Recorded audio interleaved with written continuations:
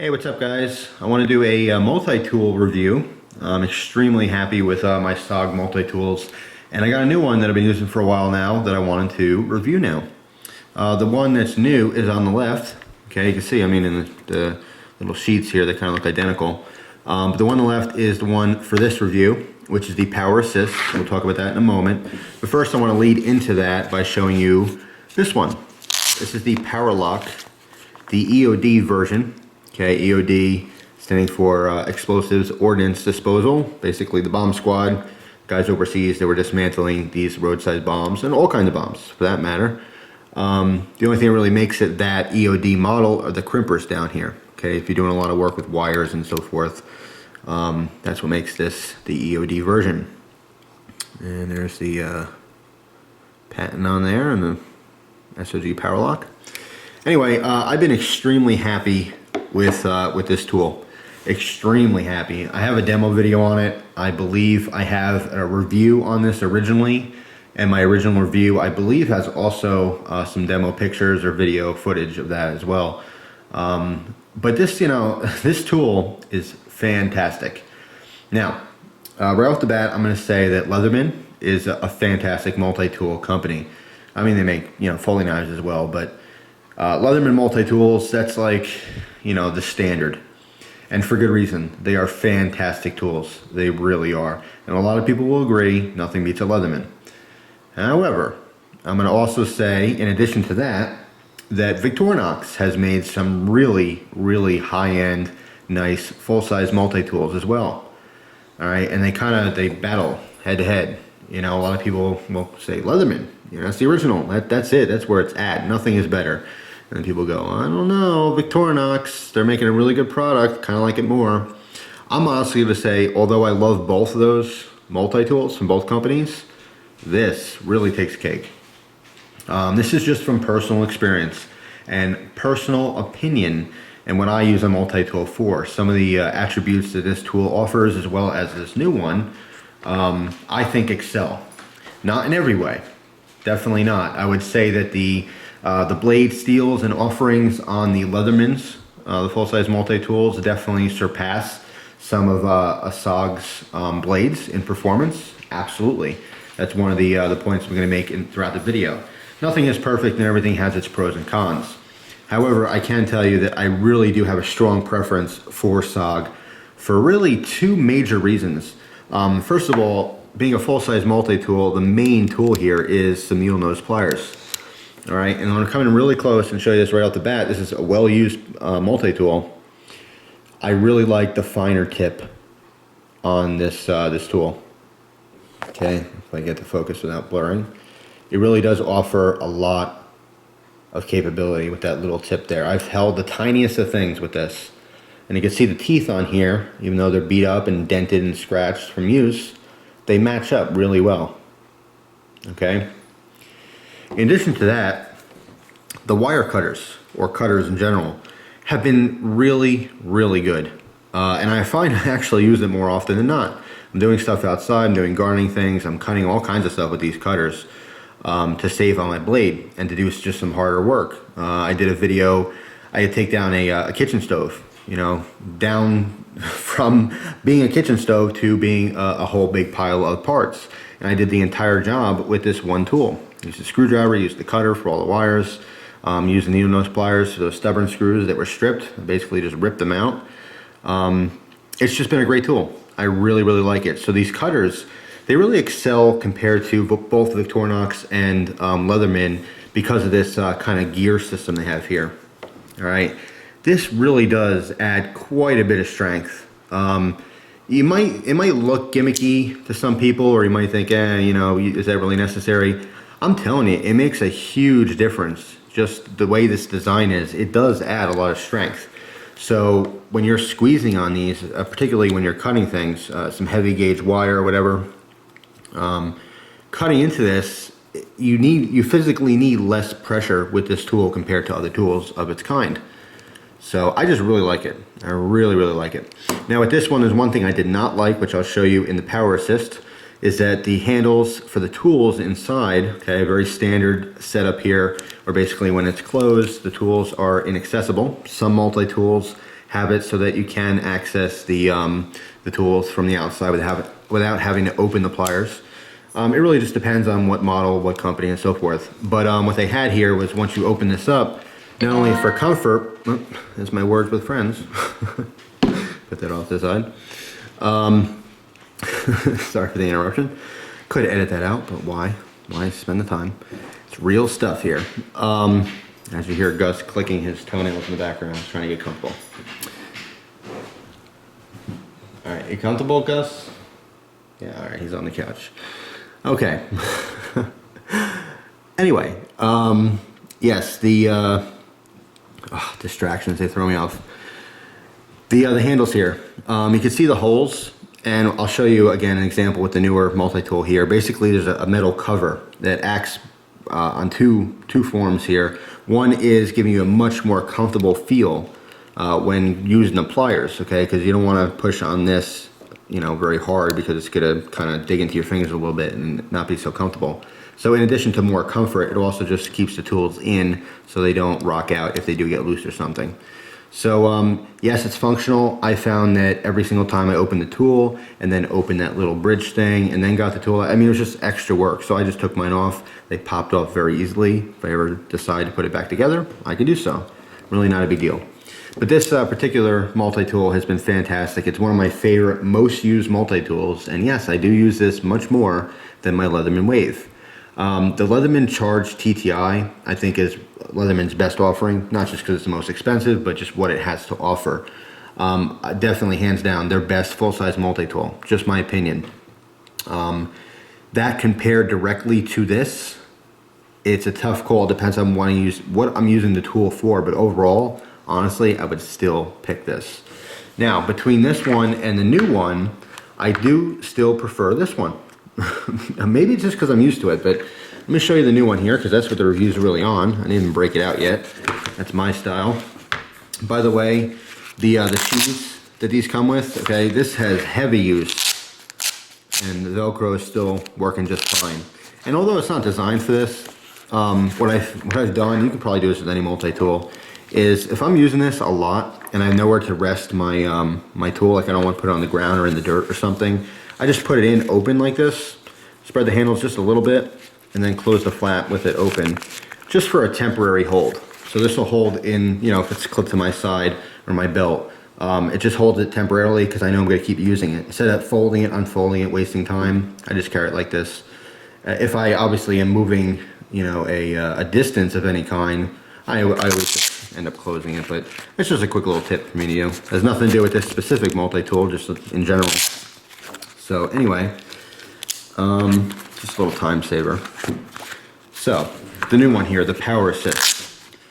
What does this have to offer that this one doesn't?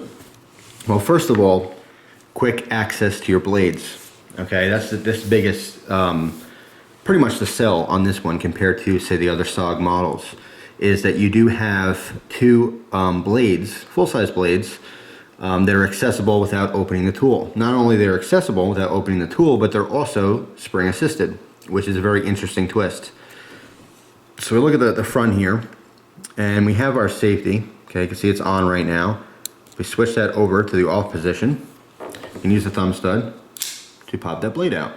And it is spring assisted. Now, there's no liner lock here, or obviously a lock back or anything like that. Our locking mechanism is right here, okay?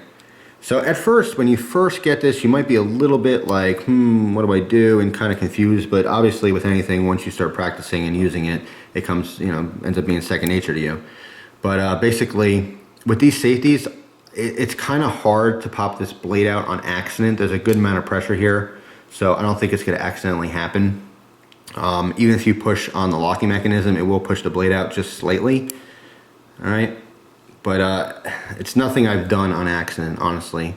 I've been conscious of it because I know how it works, but anyway, I don't think the safety is completely necessary, but if you do want it there anyway, just in case you put this in your pocket as opposed to the sheath, then it is there. But I keep mine in the off positions. So anyway, spring assisted blades. The blade steel on here is just adequate. I know that because I've used the old blade, okay? This new one, I'm not using the blade. On multi-tools, I don't generally use the blades unless I'm specifically testing it. Reason being is I like having a fully sharpened, I mean razor sharp. I'll take this to a strop when I get them brand new and just leave it. I know I always have that sharp blade there. I already have multiple blades on me at all times. It's not necessary for me personally to have another sharp blade, or excuse me, another blade to use. So I just stick with whatever my EDC knife is going to be. But anyway, pretty cool. Pop the safety off, like I said. You can initiate the blade by pushing on that and then just popping up here. But I mean, it's just another step. You just go right for the thumb stud, spring assisted. So very, very cool. On the opposite side, we have the serrated blade. Works exactly the same, it's mirrored. There's our safety. We can initiate it if we want with that, and then pop the thumb stud. And there we go, our fully serrated Warncliffe style blade. I really like this. I did find it awkward to use this blade because again, it's set up on the other side of the knife. So it is set up kind of for a lefty. You can do this one-handed, just takes a little bit of practice. I'm not lefty. It's definitely more awkward than doing the right one, but even with one hand, it's not terribly difficult to master. So anyway, that's what's pretty cool about this one. Again, right out of the sheath, very easy to access your blade. So if you want to carry this, you know, in addition to your knife, that's fine. But if you want to carry this as your main tool, so you don't have to carry a full-size knife, that may be a consideration for you, then you do have a very good Foley knife within the master tool. Now, that's the one handle. The other handle, and this was talking about before, it's kind of a, I don't know, like a gate to keep everything in, as well as give you much more wider rounded handles. So when you're using the plier portion of the tool, it is more comfortable. But I just pop mine off. There's a little bit of indents here, so it doesn't want to kind of shake open or to shake this. It's not going to just flop around. Even with use, I found that they don't really get loose. But basically pop that up. Now you can access your tools. The other tools in here is one, a dedicated seatbelt cutter. Okay, and now I'm calling this a seatbelt cutter because that's really what this design is used for in a lot of different tools. Of course, you can use this to cut anything. It could be your rope cutter, your nylon cutter, whatever. Definitely a downside is that there's rivets in there. So that little blade, once that gets dull, you're not going to sharpen it. You might have to send it back to get the whole tool replaced. I don't like that. I think it could have been easy to put screws in there. Now I'm saying, yeah, just put some screws in there, but also take in consideration that each step on making this tool is time on a machine, which costs the company money. And yes, one more step may possibly even raise the price here. So how important is that to you that that's removable? I can, as a reviewer, can easily say that yes, you should definitely have screws there. You're stupid for putting rivets. But there's so much more to the overall picture than that. Cost, time, you know, like I said, machining, possibly even a whole new machine just to do that specific task. I don't know. I don't know the specifics, but I can guarantee that it would definitely change how the tool is made. Adding an extra step would certainly add time, which means money. So, not a huge consideration. This is a tool, again, we'll not use, we'll keep just so it's razor sharp in case of an emergency. I know it is a sharp shroud cutter, let's call it. There's a marking on here. It's the SOG V cutter, is what they call it. It is stamped on there. Patent pending.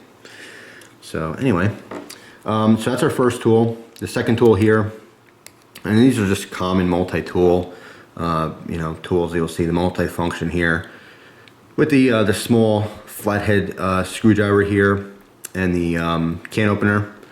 And then as we progress through our tools, we'll see the next one here.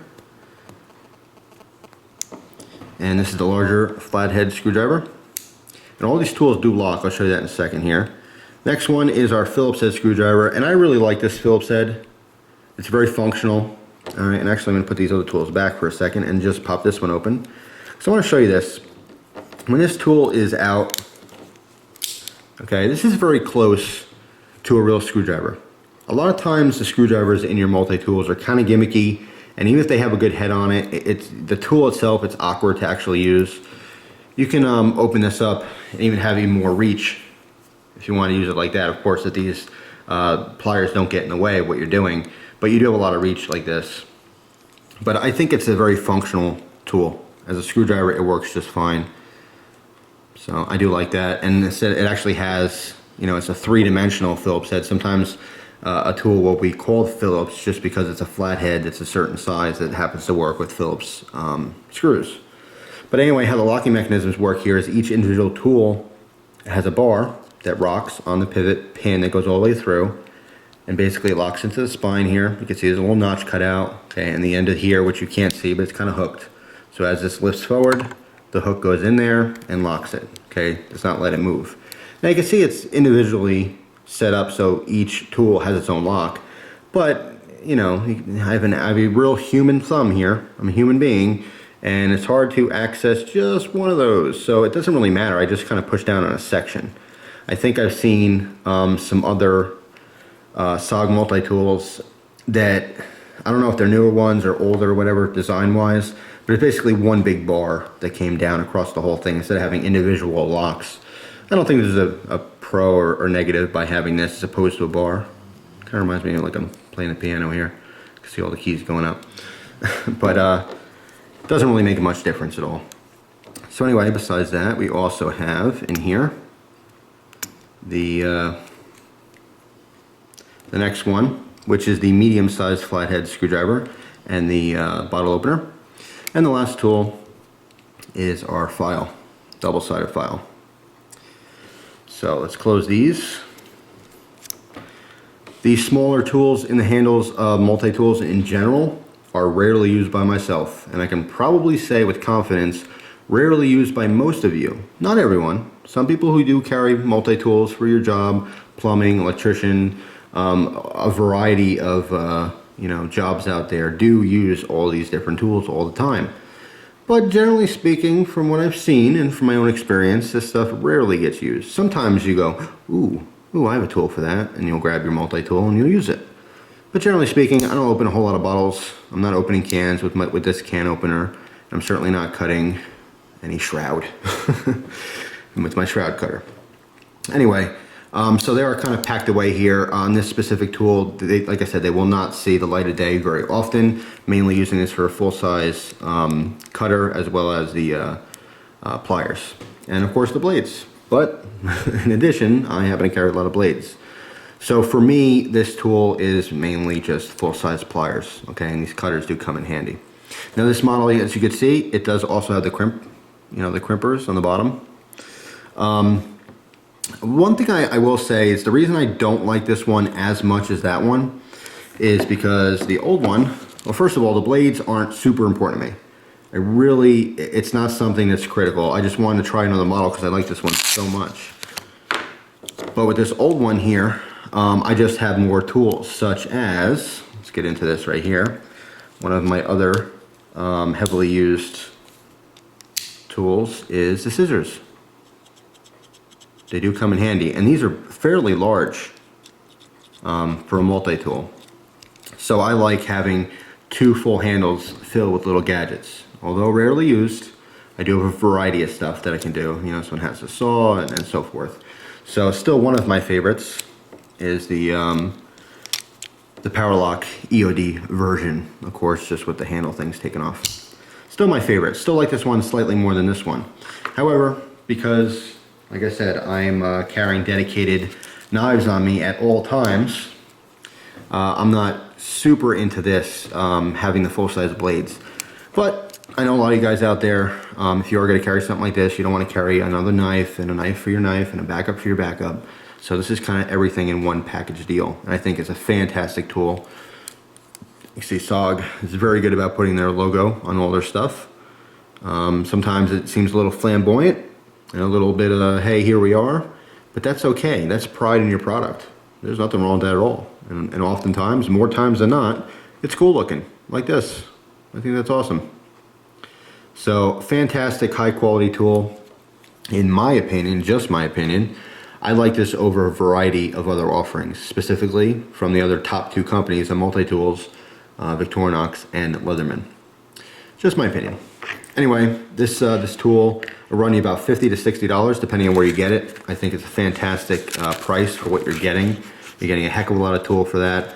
Love the sheath here. I think I talked about it in my first review on this one, but it fits great. It's really easy to use. It's easy to pop off, but it doesn't fall off. And I just like it a lot. And I think the SOG logo is pretty cool. You can see the little bullet being split or sheared in half by that blade. But anyway, that's it. Just want to do a review on this new multi-tool, which I like. It's just sometimes if it ain't broke, don't fix it. So this one's definitely gonna stick with me, and this one is going to a very special friend of mine. So that's all, guys. Hope you enjoyed the review of this SOG Power Assist multi-tool. I thank you for watching as always. I hope you guys enjoy the rest of your day. Take care.